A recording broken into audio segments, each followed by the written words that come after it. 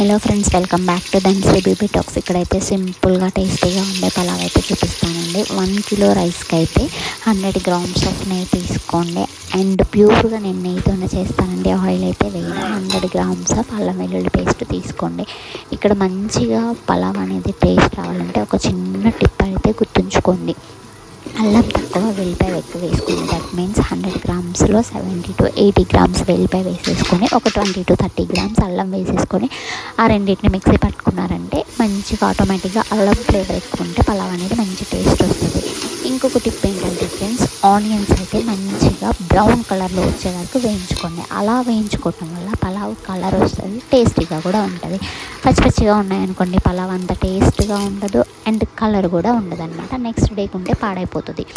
So ఇలా మనం 100 grams of నెయ్యి, 100 గ్రామ్స్ ఆఫ్ అల్లం వెల్లుల్లి పేస్ట్, ఒక 2 ఆనియన్స్, పచ్చిమిర్చి ఇవన్నీ కట్ చేసి పెట్టేసుకొని 100 గ్రామ్స్ ఆఫ్ పుదీనా వేసేసుకొని తాలింపు పెట్టేసుకొని బాస్మతి రైస్ వేసేసుకొని ఎసురు పోసుకోవటమేండి. 1-1.5 అయితే ఎసురు పోసేసుకోండి. ఇలా పోసుకున్న తర్వాత కొంచెం మగ్గిన తర్వాత మనం దించుకునేటప్పుడు ఏం చేస్తామంటే పుదీనా కొత్తిమీర వేసేసుకొని పైన నెయ్యి అయితే వేసేసుకోండి. ఇంకా నేను ఇక్కడ ఏం చేశానంటే ఫ్రెండ్స్, మంచి ఫ్లేవర్ రావడం కోసం ఒక చిన్న గ్లాసు 50 ml ఆఫ్ మిల్క్ తీసేసుకొని పైన చల్లానమాట.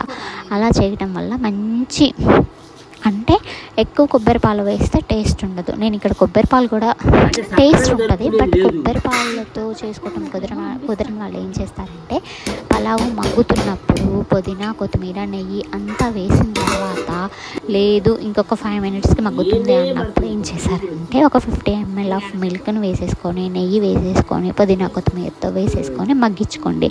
ఇలా పైన మిల్క్ వేయడం వల్ల మంచి సాఫ్ట్గా వచ్చి మంచి టేస్ట్గా ఉంటుంది ఫ్రెండ్స్. ఈ రెసిపీ అనేది క్లియర్గా డీటెయిల్గా లాంగ్ వీడియో పోస్ట్ చేస్తాను. లాంగ్ వీడియో ఎవరైనా చూడకపోతే ఖచ్చితంగా అయితే చెక్ చేసేయండి. లాంగ్ వీడియో లింక్ అనేది నేను డిస్క్రిప్షన్లో పోస్ట్ చేశాను. అది ఫ్రెండ్స్ ఈరోజు వీడియో అయితే. ఈ వీడియో నచ్చినట్లయితే లైక్ చేయండి. యూస్ఫుల్ అవుతుంది అనుకుంటే మీ ఫ్రెండ్స్కి ఫ్యామిలీస్ కూడా షేర్ చేసేయండి.